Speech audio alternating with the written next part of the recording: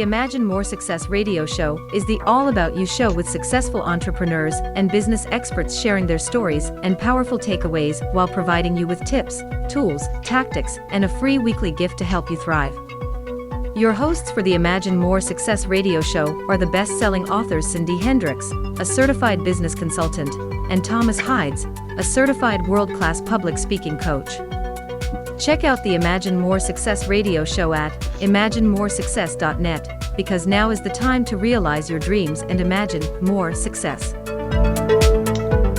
Welcome to the Imagine More Success show with Cindy and Thomas. We are so glad you could join us today. We are continuing Love Week, just like we had last week. This is actually, I guess, week 2.0 for Love Week. We're trying to put a little love on either side of Valentine's Day so that you have a chance to, kind of prep yourself for Valentine's Day, enjoy Valentine's Day, and then have a little kind of after-action report with it as well. So you have to feel it out, see how it went, see how you feel about it. And last week we had Maria Romano, who was a relationship consultant. And this week we've got Dr. Gary Salyer, who's going to be joining us on the show. Cindy, I know you're a big fan of Dr. Gary. I'm a fan of his as well. One of our regulars on the show. We love having him here. Tell me what you think. And you know what? If there were ever a week that we needed some love spread across the country and the world, it would definitely be this week, because from coast to coast, we have lots of weather out there and, thigh-high snow. So I know this is a really kind of wild time. I've got a cousin in Austin telling me about how he's only got electricity a couple hours a day and snow on the ground, and it's just kind of wild. So yes, well, my best friend Jill, who lives in Fort Worth, best friend from high school, I was talking to her and she couldn't believe she's only had a little heat here and there and trying to stay warm. So we're going to send all you folks out there some warm heat from our love connection with Dr. Gary Salyer today. Yeah, hopefully you're having a wonderful week. And like I said, this is a little bit of an after-action report for you after Valentine's Day. Today we're actually going to get into a topic which you may have given some consideration to, especially if you're single. And the topic we're going to be talking about today is love in the COVID-19 lane. So basically, how does love become affected by the COVID-19 situation? If this is a topic that is important to you or something that is really speaking to you, I want you to really stay tuned today, take some time, and really connect with Dr. Gary's message. He's got a really powerful message.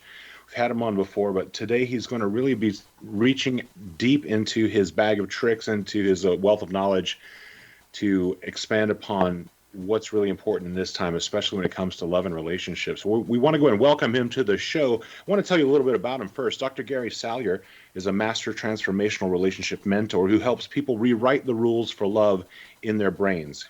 Dr. Salyer actually speaks to national audiences as a featured expert and as a celebrity on TV and radio shows just like this one, and on Hay House Radio. His life purpose is to change what he calls a generation's fate with love. Dr. Gary Salyer, welcome to the show. Thank you, Cindy and Thomas. This is so great. I love being with you. You're two of my faves. Oh, right. We love you too. Right back at you, Doc. I know. I'm still wanting to bottle that vocal quality of yours, Thomas. It's readily available, Dr. I want to drink that today. Yes, if we could bottle that, boy, we would be in business. So funny. Well, Dr. Gary, as you well know, COVID-19 has caused problems for just about everyone. At least it's changed people's lives pretty much across the board. When it comes to love in particular, it's created a very unique set of circumstances, especially for people that are looking for new relationships. But in your opinion, what's the biggest problem that COVID-19 is creating for all of us? Well, it really, the big problem is it's kind of different for singles versus couples, to be honest with you. But it goes down to the same human experience. All of us were born. We have a need to separate and get out there and explore and do our world and do our life. But we also have a need to come back to the home port of some loving partner or someone who cares for us so that we feel we belong. Or there's someone's got our back. We need to separate and belong, separate and belong. Life is like this, it's like our lungs expanding, but wanting to come home to the home port of somebody's heart. And the problem with COVID is that it takes this and it splits us right down the middle. So for singles, all they get is way more right to separate, to be distancing from home. It all feels so lonely. How can I even meet anybody out there? Can you even date? And it feels so lonely. All right to separate, no right to belong. No, Do I you Mm. mean, think do you think uh, that's part of the reason why we have so much crime going on as well right now? oh, I don't know about that. I mean, it might be, but I also think probably people think there's less businesses attended and things like that. But I do know on the other side of it, for couples, they have the exact opposite. They've got all this belonging, and they're under each other's feet, and no right to separate. They can't help but get under each other's feet. So they've got too much we. The singles have too much me, and couples have too much we. And when you're constantly under each other's feet, if there's been any pattern that's been managed by distance or distraction, you can no longer get away from it. It's staring at you 24/7, and it super cooks those relationships. So COVID is it's not allowing us to have a proper balance of me and we. You either get way too much closeness or nowhere near enough. Well, that must keep you pretty busy, huh? It has. Last year, I can honestly say I had 10 couples to come to me, and five of them, this was what shocked me. Five of those 10 had really close to 30 or just a little over 30 years. And I would have predicted 15 to 20-year marriages, maybe 10, but I figured by 30, most of them probably have made their peace with those residual problems, and they hadn't. It was like, I can't deal with this. You take away the distraction. They can't manage it by going to work, going to the gym, going to their friends, and suddenly they're dealing with it. And suddenly the 30 years came crashing down on them. Mm. Dr. Gary, that is a very that really hit me like a ton of bricks because on the one hand, probably seems really obvious, right? Like if you're by yourself and you're kind of in this environment, you're going to be by yourself more than you want to. Hmm? And if you're partnered up, you might be with your partner more than you expected or really necessarily prepared for. But while it sounds really simple, it was actually very profound to hear that and to hear that that's actually the biggest problem because you talk about that in your book, which is something that I would recommend that people definitely check out. We'll talk about that a little bit later as well. In your book, you talk about that need to belong and that need to separate. What do Yes. you think? What do you think that the dating scene for someone who's single will start to look like after COVID-19? After COVID-19, I think this is going to be really interesting. Okay. Now, Yeah. if you look at what had been the trend building for 10 years, it was the whole swipe left.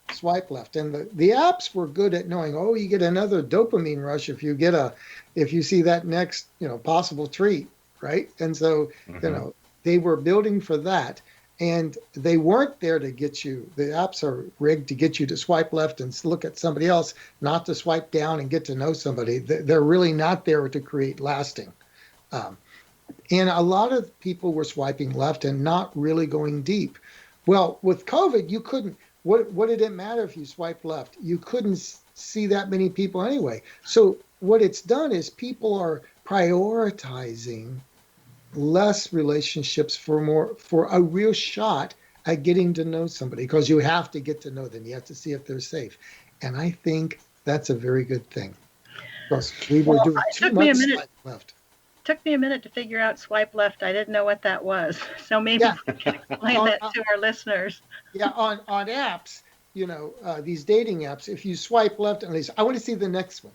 And if you swipe right, that means, hey, show me that person's profile, right? Yes. And people just swiping left of fear of missing out. Oh, this one's got, 50 of my 60 points. I wonder if I can get 55. Right. Well, You I'm know? just curious, Gary. Of those 10 couples that you worked with during COVID, were they some of them retired?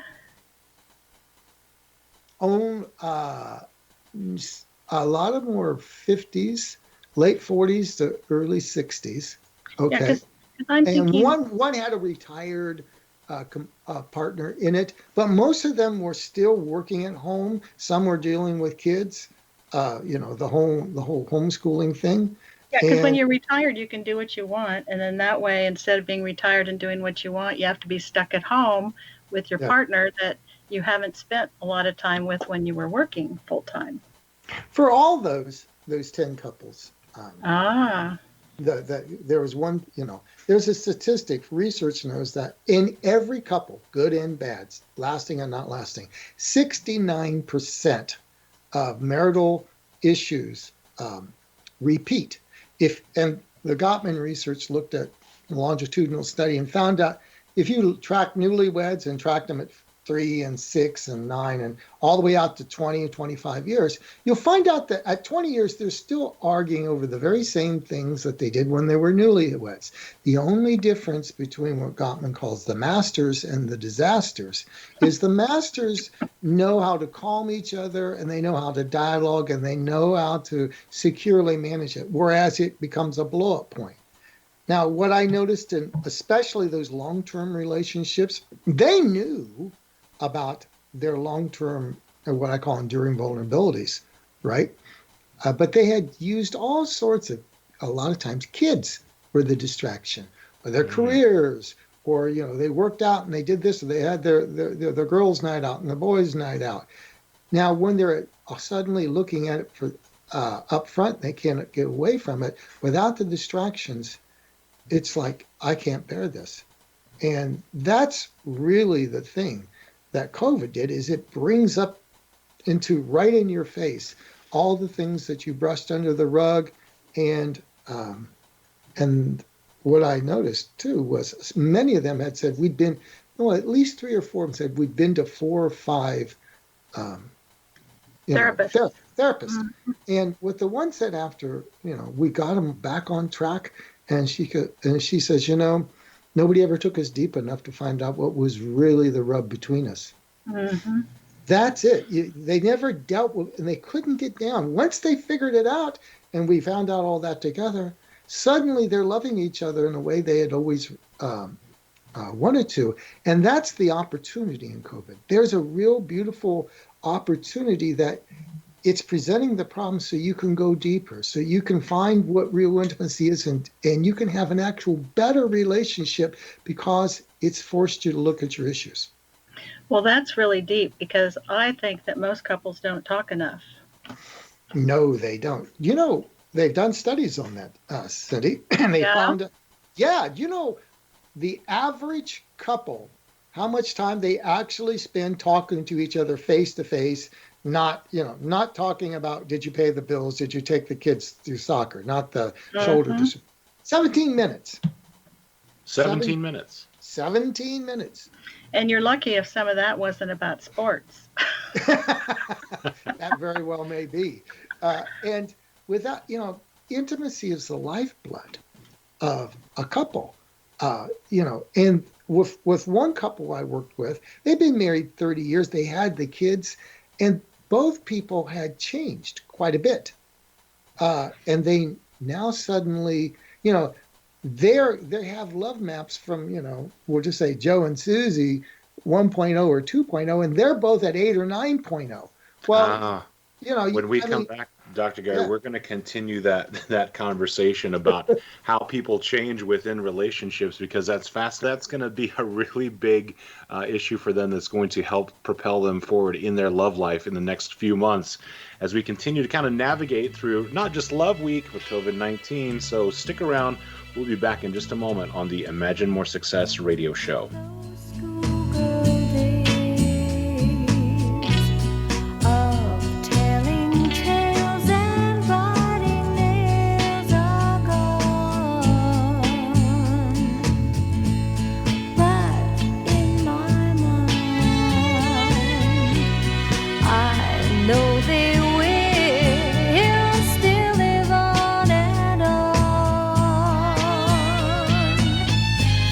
But how do you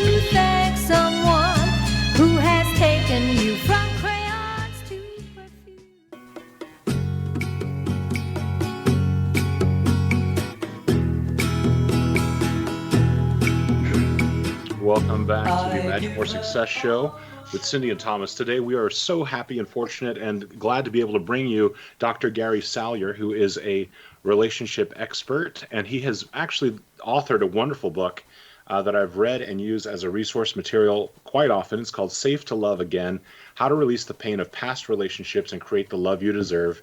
Today we are focusing really on what is 2.0 Love Week for us. Cindy, last week I said it was just like the Discovery Channel Shark Week, and I know that you thought that that was kind of a weird way to bring it in, but it's because it's highly anticipated.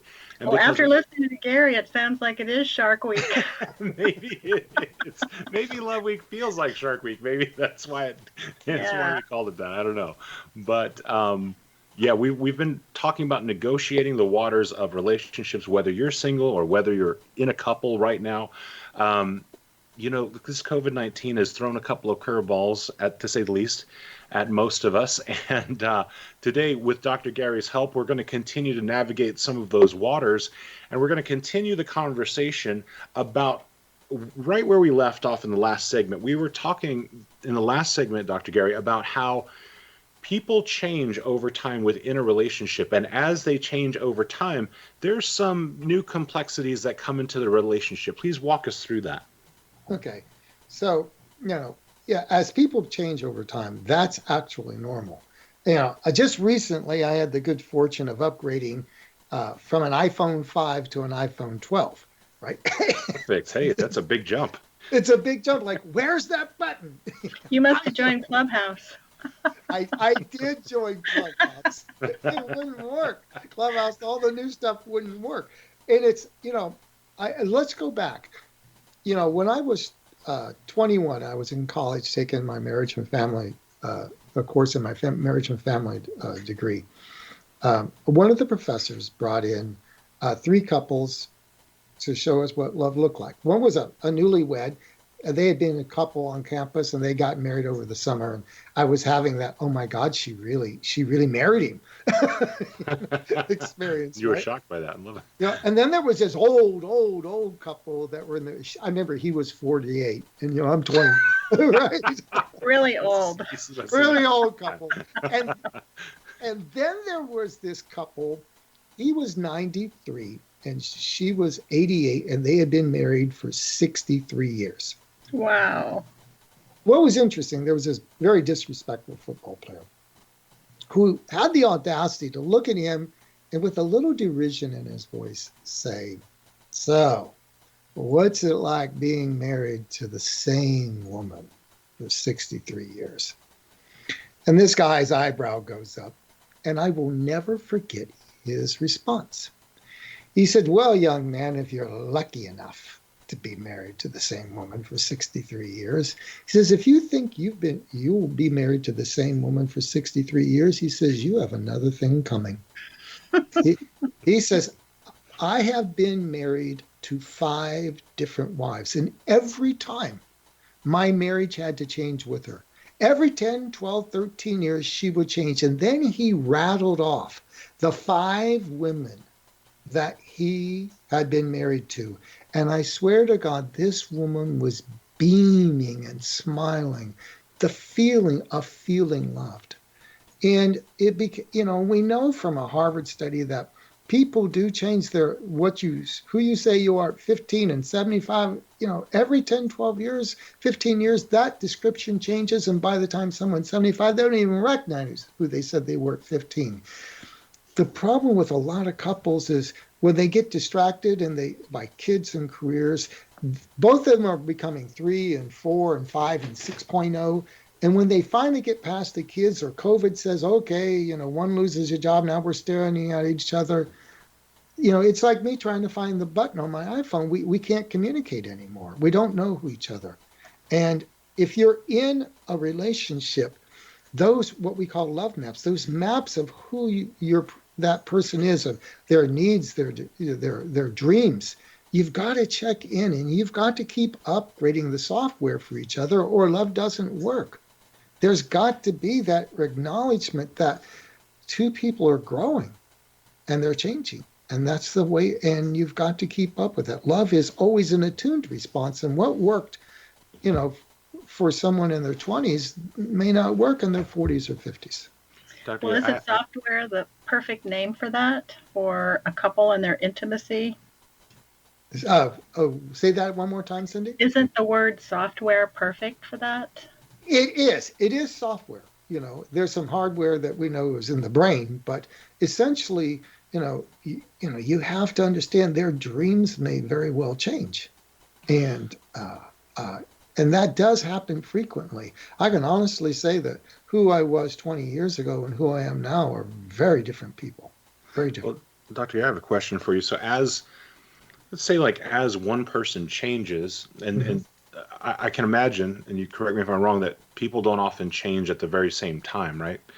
So No. as one person changes and the other person has not yet changed, how do they kind of give grace to each other? Because in my personal experience, I have seen that people do have that shift, and often the first person to have the shift feels like they've outgrown their partner. I've heard people say that. So I guess what is it that they can do, or what's possible for both people when one person has made a shift and the other person has not? You know, Frequently what happens here is when one person shifts, what they need and their dreams will change too. If you think about what we want in life, our expectations, our goals, our hopes come out of who we are, okay? And if they haven't kept up with each other's dreams, what they get is a phenomenon called gridlock. And these couples will start fighting over little things. And the sort of fights when they come in and they talk to you and they go, and when we look back, we don't know why we were fighting, or it was such a little thing. But what happens is that disappointment of not knowing who I am now, not understanding my needs, not understanding my dreams, it comes in. And if it doesn't get processed and you feel that someone really gets you, it comes out sideways as little conflict.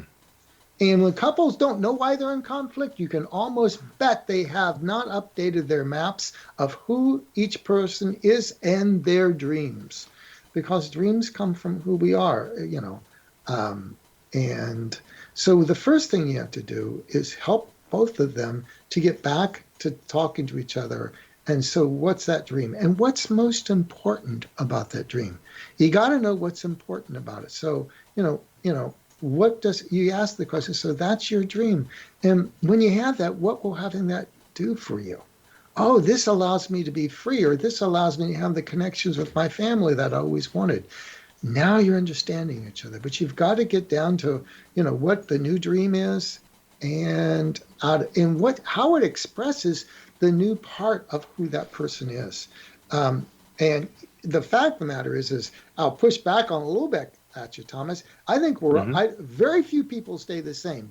It's not like one is changing and the other one isn't.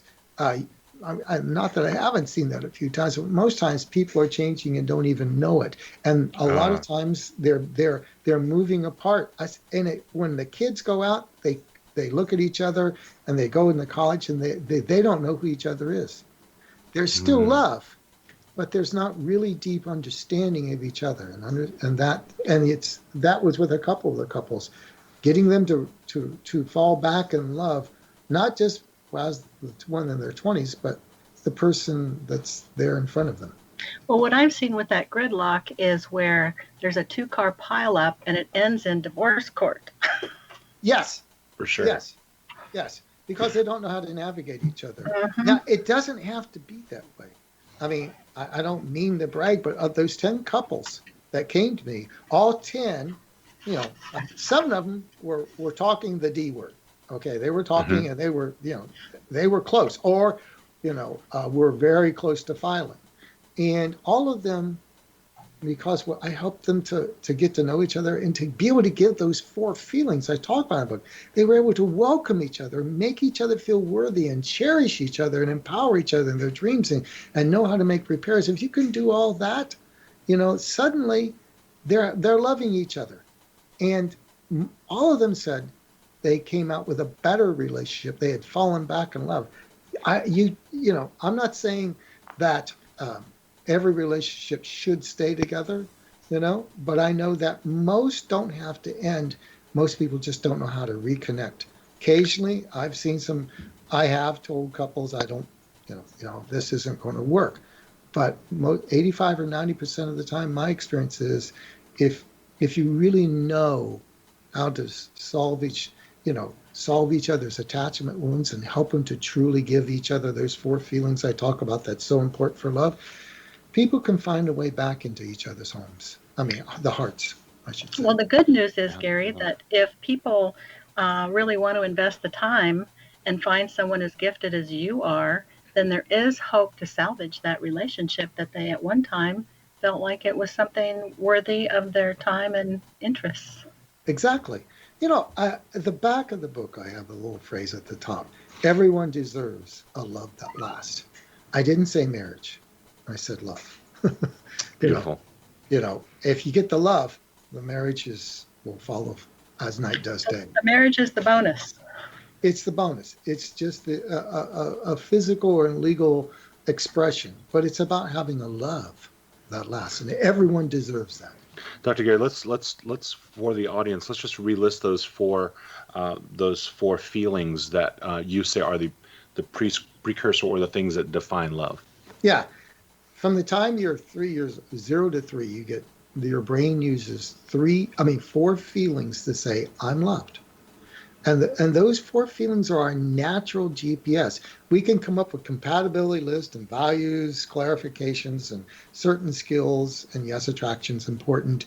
But without 4 feelings, these 4 feelings, no one feels loved. The first one is welcomed with joy. So glad to see you again, Thomas, Cindy. I mean, we all did that at the beginning, because, it's welcome with joy, or you wake up in the morning and you say, good morning, handsome, or good morning, gorgeous. Or when they come home at night, that's welcomed with joy. There's also the feeling of worthy and nourished, worthy to reach out for your needs, where you know if you ask for something, they're more than likely to give you that back. There's going to be timely attuned responses, so you feel worthy to have your needs met in that relationship. Another feeling is what I call cherished and protected. Cherished is where someone sees an essence in you that they can't find elsewhere that's precious to them. And you get to be that precious, wonderful essence of you. You get to be a me, but you also get to come into the home port of their heart. You get to be a we. You get to be a me and a we. You get all that, and they cherish and protect you because they see something in you they can't find elsewhere. And they want to protect it and give that place in their heart to you and you alone. That's cherishing. And then the other one is empowered with choice. Do they share influence? Do you have a voice? Can you speak up? Do they track your dreams? Do you get to create your experience, or do they get to be the standard? Do you get to have that voice? If you feel welcomed and worthy and cherished and empowered, you feel loved and lovable. So if you're out there and you're a single, thinking about dating somebody, you've dated somebody 5 times, or if you're a couple, your relationship inventory is made a lot easier if you simply ask 1 to 10, do I feel truly welcomed with joy? 1 there to 10. You have it. You've got the equation for knowing if you're loved. That's right. And anything under a 7, if you got in one area, you think, it needs a little work. 2, and you're thinking, God, what's a number of a really good therapist or coach? And if 3 or 4 of those are missing, then you're in a toxic relationship. If with a little love and attraction, and you just think of any relationship, if those feelings aren't there, something's off. So just track that. 3 or 4 and run for the hills. And when we come back in a couple of minutes, we're going to continue the conversation with Dr. Gary. In this segment, we've really touched on some of the very deep reasons that people are in love and some of the issues that people are having, as well as a way that you can really find a way to reconnect with the person in your life. In the next segment, we're going to continue the conversation where we're going to talk about actually dating right now during COVID and what you can do to improve your dating life. So do stick around on the Imagine More Success radio show.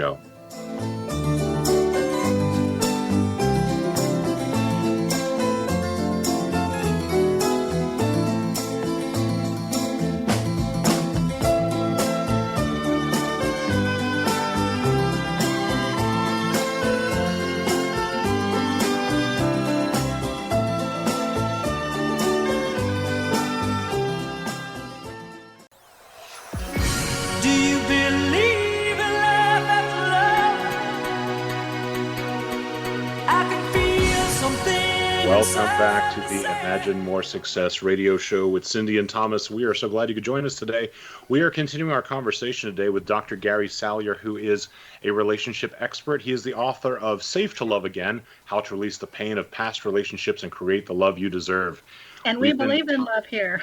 Yeah, absolutely. Yeah, absolutely. This is actually part 2.0 of Love Week. I guess it's week 2 Love Week here on the IMS radio show. We are continuing the discussion about love, and we've been talking about some of the pitfalls that people are experiencing when it comes to COVID-19 and love, but we've also hit on some of the real triumphs that are available to you and some of the some of the gifts that this opportunity of I guess huge life shifts has actually given to us. So it's been a really great conversation so far. And Dr. Gary, we want to continue talking about how singles are doing right now during COVID-19. I know that dating can be difficult, and we've talked about some of the difficulties of maybe having too many choices.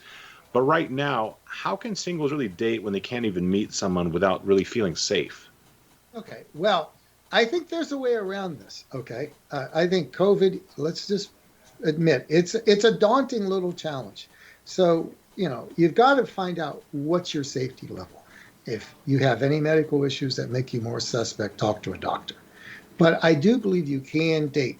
But the big thing for couples, or there's two things. One, you have to slow down and get to know each other a little longer so you get a feel for their lifestyle. And secondly, you have to create a couple bubble, a temporary couple bubble to explore the relationship. So what I mean, you have to figure out, what do I feel comfortable with? Most people these days are comfortable with a mask, and they want to find somebody that wears a mask. So you jump out of the dating app, and you get on Skype or Zoom for 20 to 30 minute phone dates, and you show up like a real date. Dress up, for God's sake, right? Have the lighting on in the back. None of these fake backgrounds. Show them your life, right? And you should have, over a period of 2 or 3 weeks, 5, 6, 7 of these, so you get a chance to feel a feel for their life. Are they going out every Thursday night with their buddies and playing cards with 10 guys? Or are they going to a big family reunion because she's really wanting to see the grandchildren? Whatever, right? You get a feel for their life. You're getting to know each other, and do you trust it? If you do, and there's enough interest, and by the way, these are no more than an hour, 45, hour. I'd say an hour is the most, half hour, 45 minutes. Because if you do these long marathon, 45, what I'm saying, 4 or 5 hours, it leads to a false sense of intimacy. And sometimes people freak out because they share too much. So you get to know each other over a 2-3 week period of time. And if you both want to explore the relationship, then you create what I call a temporary couple bubble. All couples have this little, imaginary energetic bubble that allows people in and out, but it keeps a lot of energy out. So what you do is you decide, we'll only date each other, and you decide how much stringent, social distancing you do. So you don't go out with your buddies and play cards. You don't go to the family reunion. You take 2 weeks in quarantine, and you wear a mask, and then you can get together. You can hold hands. You can kiss if you feel like it. But you have to be able to create that couple bubble. Now, this is a good thing in disguise. What this is doing, it's separating those who can't create a we from those who can. Oh, that's fascinating. And in my book, what I'm talking about is the singles have to look for signs of the we. The we is everything to a couple. Show me a couple without a we, and I'll show you a war. And you're also going to get pretty good at understanding how that person makes you feel worthy and especially cherished and protected. So if what you're doing is you're finding out who's really partner material. Now, that doesn't mean it's the same type of commitment as a couple. I had one single client that did that. They dated, they went on about 7 dates in this couple bubble that I helped coach her through, right? And after about the 7th date, they realized they weren't really quite aligned in some very significant ways. They liked each other, but it wasn't quite right. And, they went their separate ways. That is a successful version, believe it or not. So it can be done. You just have to take longer to know each other. know your comfort. And if they're not willing to do what you need to feel safe, you say bye-bye. And then if you both people do, you take all the precautions so that you have a clean, wonderful space for each other and you can explore within that couple bubble. You know, Dr. Gary, I have a question about something that you mentioned that I'm sure our listeners are thinking about when you say the couple bubble and it's okay to kiss. And so, what about transmitting the COVID virus in this time? Because I know only people right now that are seniors can, and you know, some healthcare workers, and they just opened it up out here to restaurant workers and one other group. But what do people do that haven't been able to get a vaccine?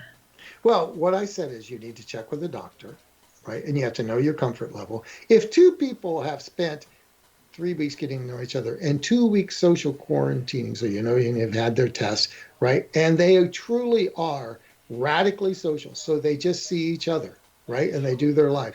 And if someone's got a job that they can't, they're a frontline worker, then that's a whole other thing. You have to negotiate that and know what you're comfortable with. But there are ways of limiting it. What I'm saying is you can, you know, for this one couple I talked about, neither of them were frontline workers. They were able to cut down their lives, so they only saw each other on weekends, and that was all they were. They were, you know, their chances were slim. There is a certain amount of risk that you have to be comfortable with. You explore the medical, and I also know, you know, I have another client that we worked together about a year ago, and she found somebody, and they're going to be together for the rest of my life during COVID. You know, Wow. I'm saying, you know, if you say that you will never be able to, if you want to take no risk, then that method isn't for you. If you can't take any risk, there's a certain amount, but you can, you know, if two people, I mean, you know, that's what I'm doing. I mean, we have our different lives and we're dating, but we only see each other. You know, it's a very safe environment. Well, that's great. It clarifies for people how Yeah. you can have love and go forward on the COVID freeway of life, right? Yes. And if somebody really has some predisposition and the doctor says absolutely not, can't take that risk, then honor that. But for most people, you know, that's why the first 3 weeks is so important. Get a feel over 3 weeks, what sort of lifestyle do you trust them? Do you trust their lifestyle? And then are they willing to commit to the quarantine and do the test and really limit their life because they see you as the person that is worth that investment? Do you see them? You know, if you notice, there's some real perks. Someone's really already going to be showing you two wonderful feelings of you're worthy of this sacrifice because I want to meet you and I want to cherish and protect you. There's a real upside to this if you can see beyond the restrictions. Because you can find out if those four feelings are starting to develop based upon their behavior because of the way that they make you feel. Yeah, and you get to find out what their capacity is. It's easy doing welcome with joy on a date. Right. Believe me, when the guy gives up poker with the guys once a week, you better feel cherished. Exactly. And if she has to give up a family reunion, seeing her grandchildren or her favorite cousins, the same thing. Mm-hmm. You know, I do know people are dating, but they are creating these couple bubbles. And the cool thing is anybody who's really, really avoidant and doesn't want to do that. Now, I will say there's another side of it.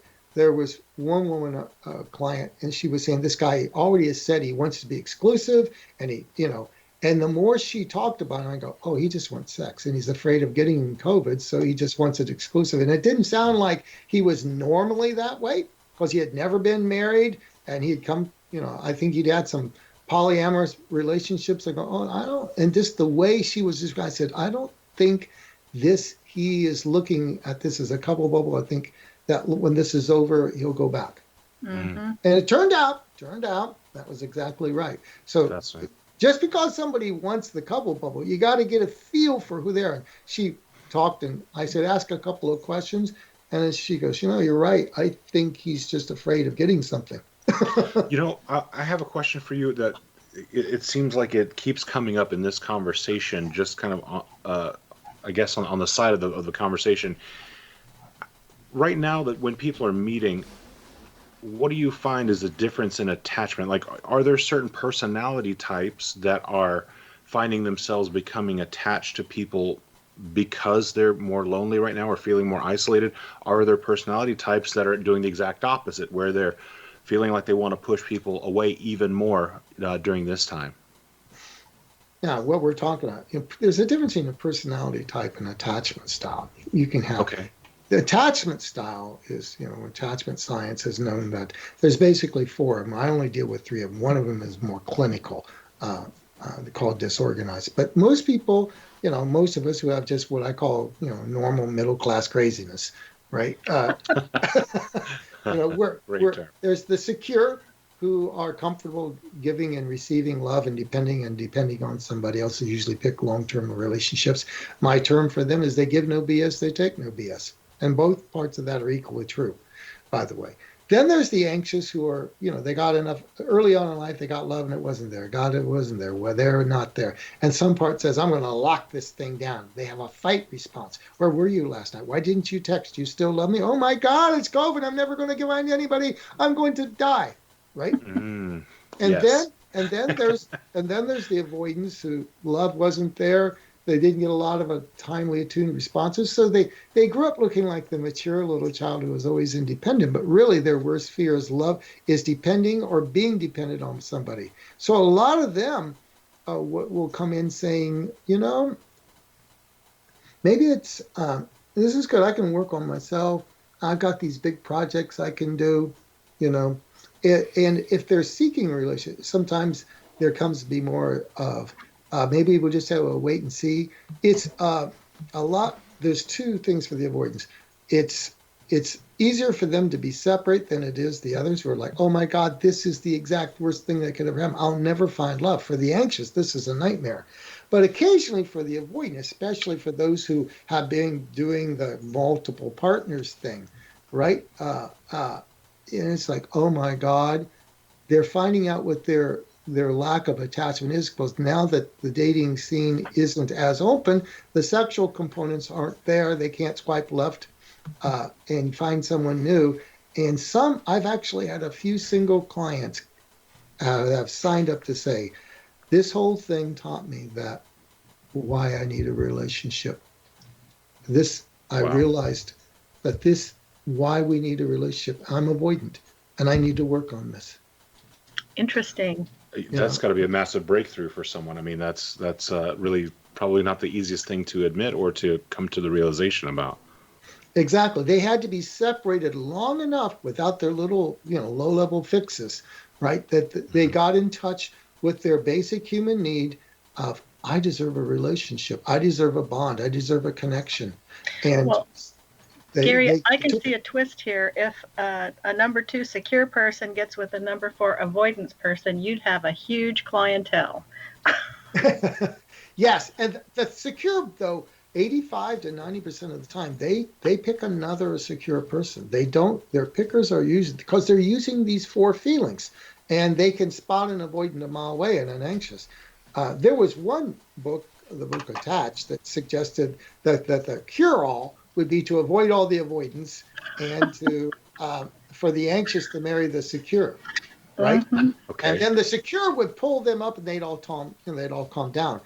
Since that book came out back in 2008, they did some studies on this. Sounds like a disaster. How much does that get? And the idea was the anxious would calm down when they were with someone who was secure.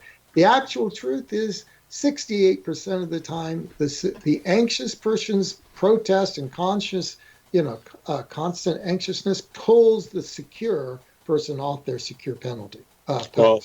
That is a surprising result, and it's always great to have a nice theory and find out through some research what's really going on. We're going to continue that when we come back in the next section of the Imagine More Success radio show. Please stay tuned.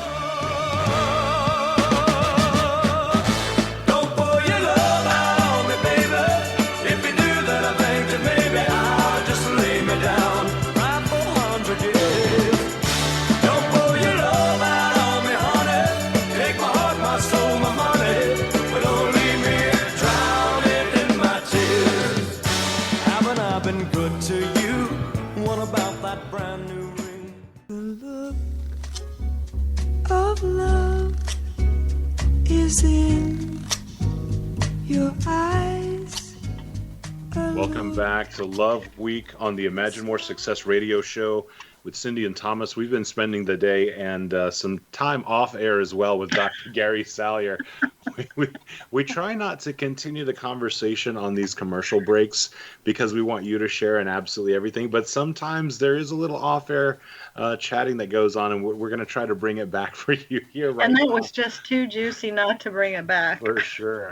I do just want to let you know Dr. Gary Salyer is a master transformational relationship mentor. He helps people rewrite the rules for love in their brains, and he speaks to a national audience. He's been on Hay House Radio, as well as on multiple big television shows and radio shows. And his life purpose really is to change what he calls a generation's fate with love. And so we've been talking about that today and really hitting on the topic of COVID-19 and what a terrifying experience it is for some people and how it's actually helping people dating. That's the thing that really shocked me, Dr. Gary, is that the COVID experience is actually making people slow down a little bit and getting to know one another and having to really pay attention to what's going on instead of maybe just jumping straight into physical chemistry. Oh, exactly. There was some studies that have suggested that 40% of first dates end up with sexual activity going on, and by the third date, 72%. But that same study found out that if there is sexual activity based on just pure attraction, if within the first 30 days, that only 10% of those couples were still dating a year later. But if they waited between day 31 and 90, that at that point, 90% would still be dating. Okay? Oh my goodness, that is a massive shift. Because there's too much on the line in track records. Trust is a track record, So there's a lot going on there. Now, what this COVID has done, that it's kind of put a dampening field on that, and so what it's forcing people to do is to wait longer, get to know each other, which puts them into a better place in that 31 to 90-day category where they've made better choices, and if they have made a choice, they know each other. So it's got a better chance. Actually, fascinating. COVID has implicitly pointed a generation that got used to just, I've got so many options to realize that too many options are not a good thing. There was a dating coach, the guy that wrote the preface to my book, called Paul Carrick Brunson. We're after a show. We were closing down a pub in Berkeley, and he was saying that what they found out was he had this high level matchmaking and business out of Washington, D.C., that at first they would show clients 6 different profiles of 6 different people that could be a good match. And he found out that they would be a little flippant. They'd flip through it, and they didn't take it as seriously. And they didn't get as good of results. They realized they'd given them too many choices. So they stopped and they gave him 2. Oh, now we've got something very precious. They read through each one carefully, and they took those dates much more seriously. What he said, he found out, he says, we could give people 6 matches that were pretty reasonably on target, but we found out that they would treat them with more respect and have better results if we only gave them 2. Wow. That makes sense. I just wonder how people's expectations would be at this point if they paid for a dating service and they were only given 2 choices, when seemingly there's an endless supply of choices when it comes to dating apps. That expectation might be very, very different. Yeah, well, that kind of reminds me of a scene from a sports movie where the guy had a losing season and it did like 5 years, and the guy said, I need some new horses. And the opposing coach says, no, you don't need new horses. You need thoroughbreds. Right. There you go. It's not about having more dates. It's about finding more right ones and being the right person that attracts them and being ready to negotiate all those differences in a secure way. I think we have too many options. So the first time, we didn't get all of our list, we go, well, what else can I get? And these lists are killing us. We're not going on our feelings. Do I feel loved? Like one client. Seems so simple. My goodness. Yeah. I had one client came to me, and she says, "Oh, I found first session." Goes, "I found Mr. Jackpot." Oh my God, who's Mr. Jackpot? Right? Oh, Mhm. he's 6'2". My God, he's 6'2", Thomas, and he's really good looking, and he's an attorney. Can you believe that? And he does Pilates. He's even read Gary Chapman's Love Languages, for God's sake. Can you believe that? You know, Divorce number one. So, and now about 3 sessions later, about 5 weeks later, she walks in and she's not got a happy camper look on her face. And I go, "What's up?" She goes, "Yeah, he likes Pilates. He likes checking out the other women." Of course. Now, when we do the work, she never had a right to feel worthy, a right to feel cherished. So she picked somebody she had the rights for. Her brain said, "Well, not worthy, not cherished. I'll find somebody." Well, Pilates. Uh, she starts dating and she has another Mr. Jackpot. After we do our work, she's got another. The only difference is he's a doctor this time, right? Then she's dating another guy that comes in. He's got a good enough job. He's about 20, 30 pounds overweight. And he comes in with a Hawaiian shirt, not some, Gucci suit, right? And some not, I mean, he's nowhere near dresses, but he's a wonderful man. And she decides to pick him. And I go, "Why?" And she goes, "Because he makes me feel like a queen." Oh, That's Now, beautiful. this is the difference between using compatibility and the list, and she went with these new feelings. And when she could feel, when we helped her brain use the feeling of worthy and cherished that she had never used before, she picked better. so you That's fixed her amazing. picker. Say that again? You fixed her picker. Yeah, well, what we did was not so much fixed. I don't usually do that, but we updated it so it could be safe with something different. Yeah. You We love updated the that. software. We did.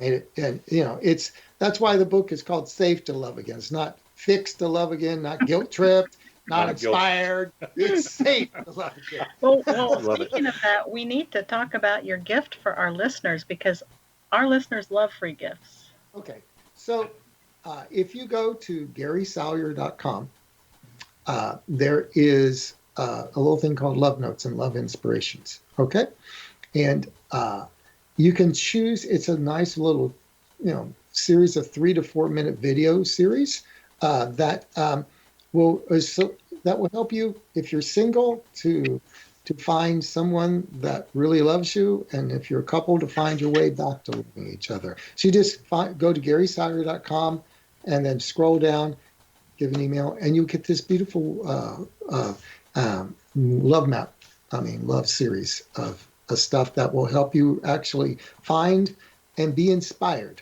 and have better skills and pickers and all those other sort of things. And I can tell you something, that his gift is amazing. Dr. Salyer, your gift is awesome. I would definitely recommend that you go to his website, GarySalyer.com, and do just that. You're going to absolutely love it.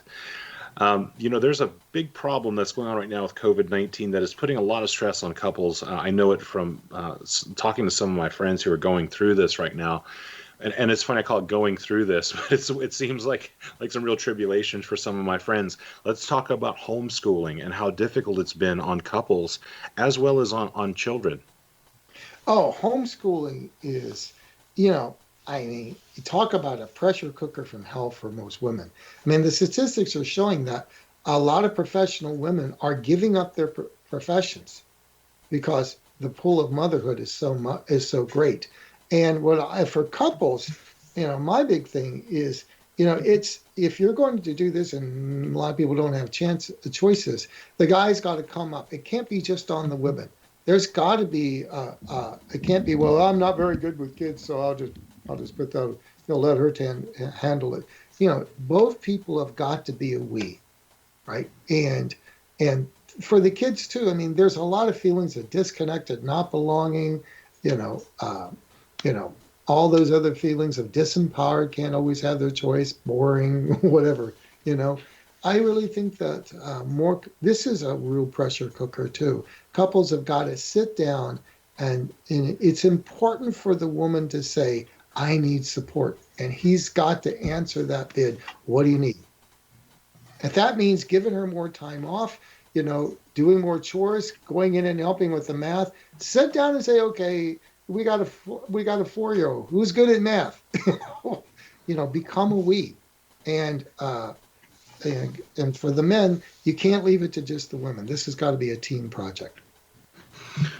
I think that's wonderful advice. I mean, that is certainly probably one of the biggest, requirements, right? Is to have that we when it comes to doing something like homeschooling, which is just yet another added pressure in the middle of all these other pressures that people are really experiencing. I think it's great advice. Well, there's three things I tell couples. One is make every feeling okay. And then you have to discuss your feelings, 4 or 5 times a week. And with your kids, get it out. What are you feeling? Oh, what's the worst part of that feeling? Don't try to fix them. Get the feelings out so they're not coming out through the relationship or the kids. They have a right. And you've got to create some me time. Too much you're under each other's feet.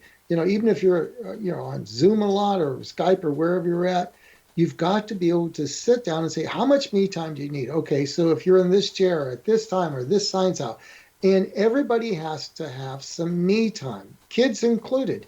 And there's got to be little rules where you don't ask them a question. You don't ask for a bid for attention or support.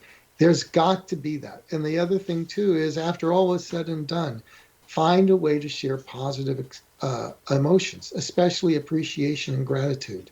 If you can make all feelings okay and give a chance for them to come out in a safe way, not try to fix but feel, make sure everybody's got some me time, and including the kids, and you're using lots of appreciation and gratitude for the little things, and say, yeah, I really appreciated it. You were so loving when and give an example of when you took the kids and taught them math that time or whatever.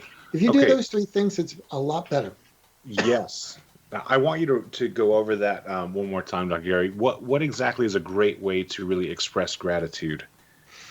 A great way to express gratitude. Let's say to communicate it. Let's put it that way, to communicate it. Okay. They've done some studies, and they have found out that you could have very distressed families, couples.